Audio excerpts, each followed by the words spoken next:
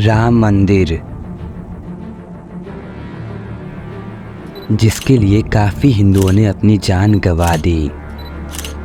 इस रामलला के मंदिर के लिए हम हिंदुओं को लगभग 500 सालों तक तड़पना पड़ा। आज की इस वीडियो में हम जानेंगे the main history of Ram मंदिर। पूर्व धैर्य, अनगिनत बलिदान, त्याग और तपस्या के बाद अदालत क्या इस बात का फैसला करेगी कि यहाँ पर राम का जन्म हुआ था कि नहीं हुआ था? मंदिर जरूरी है, मंदिर पर राजनीति नहीं होना चाहिए। और जिस दिन रास्ते में मत आओ, क्योंकि ये जो रथ है लोक रथ है, जनता का रथ है, जो हमारे प्रभु राम आ गए हैं और मंदिर वही बनाएंगे, उसको कौन रोकेगा?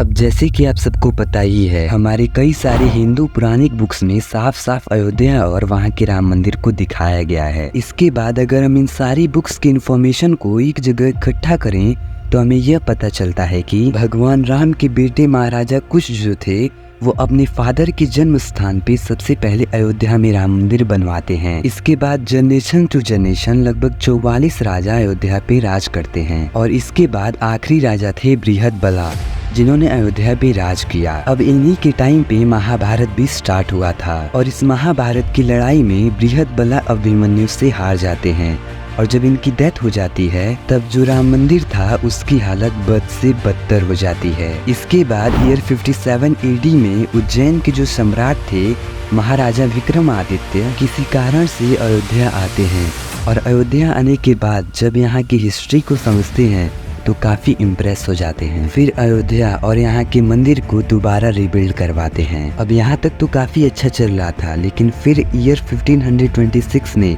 जब बैटल ऑफ पानीपत होती है तब मोहम्मद बाबर ने इब्राहिम लोदी को हरा के इंडिया में एंटर किया। अब यहाँ से पूरी चीजें चेंज होती हैं, क्योंकि इस टाइम पे होता ये था कि अगर कोई रूलर किसी एरिया पे जीत जाता था तो वहाँ के सारे दूसरे रिलीजियस स्ट्रक्चर को हटा के अपने रिलीजियस स्ट्रक्चर्स को बनवाता था। फिर इंडिया पे कब्जा करने के 2 साल बाद 1528 में बाबर अपने मिरबाकी कमांडर से कोट रामचंद्र गांव में मस्जिद बनवाने के लिए कहता है। फिर इस कमांडर ने राम मंदिर को हटा के मस्जिद बनवा दी, जिसका नाम रखा जाता है बाबरी मस्जिद। बाबरी मस्जिद बन जाने के बाद गाँव के कुछ लोकल लोगों ने काफी हल्ला भी मचाया कि यह रामलला की जन्मभूमि है, लेकिन उस टाइम पे इस चीज़ को लेके कुछ नहीं हुआ। इसके बाद देखिए होता ये है कि मुगल्स जो थे वो जनरेशन टू जनरेशन इंडिया के अंदर रूल करते हैं। फिर 1857 तक मुगल्स का एरा लगभग खत्म होने को आ गया और इस टाइम पे एक ऐसी चीज होती है जो इस पूरे केस के लिए काफी इम्पोर्टेंट थी। हुआ ये कि इस टाइम पे 7 अंग्रेज इंडिया में ट्रेवल करने के लिए आते हैं और ये यहाँ की सारी चीजों को एक ट्रेवल नोट्स में लिखा करते थे। विलियम फास्टर ने अपनी book early travels in India में इस बारे में मेंशन किया है, जिससे कोर्ट को काफी हेल्प मिलती है इस केस को सॉल्व करने में। फिर इसके बाद आर्कियोलॉजिकल सर्वे ऑफ इंडिया 2002 की रिपोर्ट के हिसाब से बाबरी मस्जिद के नीचे ऐसे बहुत सारे स्ट्रक्चर्स मिलते हैं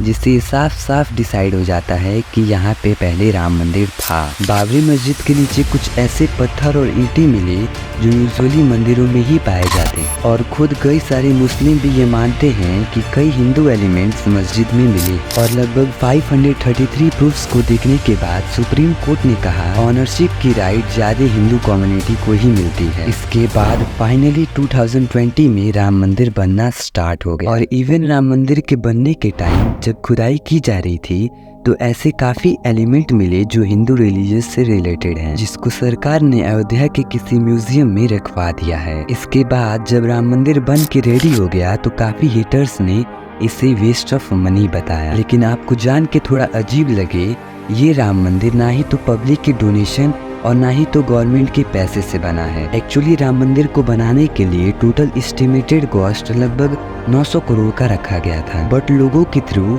लगभग 3600 करोड़ का डोनेशन आ गया, जिसकी वजह से रामभूमि ट्रस्ट ने अपने पैसे स्मार्टली तरीके से 3 bank, state bank of India, Punjab national bank और बैंक ऑफ बड़ौदा में इन्वेस्ट के लिए रख दिया। और फिर इन्हीं बैंक्स में रखे गए पैसों से जो ब्याज मिली उसी ब्याज के पैसे से अपना राम मंदिर बना है। और राम मंदिर के बनने की वजह से अयोध्या में इवन पूरे देश की इकोनॉमी में बहुत तेज बढ़ोतरी दिख रही है और इस चीज से लगभग 20,000 से भी ज्यादा लोगों को जॉब्स मिले और काफी बेरोजगार रोजगार भी हुए। कुल मिलाकर राम मंदिर बनने की वजह से अपना देश और भी आगे बढ़ते हुए दिख रहा है। वेल, अगर आपको इस वीडियो से थोड़ी सी भी इंफॉर्मेशन मिली हो तो इस वीडियो को लाइक और रोज ऐसे ही इंफॉर्मेटिव वीडियोस को जानने के लिए सब्सक्राइब भी कर लीजिएगा।